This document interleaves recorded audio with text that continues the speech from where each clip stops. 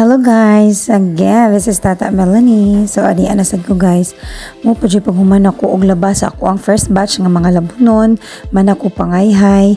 O karon guys, tungod kay birthday mas akong anak atong pagjunuan so daghang hipuson. Karon pa dyan ko makahipos sa mga plato nga gigamit namo atong pagjunuan sa evening.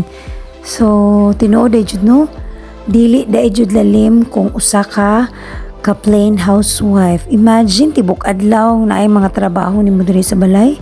Mas hago hinunoon hununaon nga naa ka sa imong balay walay undang nga trabaho. Pagmata padaan sa imong anak, imong pagsilbihan imong bana, magdigamo, manghugas na pod, magdungag, manghugas, manghinlo kay imong anak na sa eskwelahan. Sus, dili da jud lalim ang mahimong usa ka plain housewife. So karon guys, nahuman na nako ang paglaba, first batch. Actually naa pa joy batch 2 pero dili na makaya sang lawas ugma na.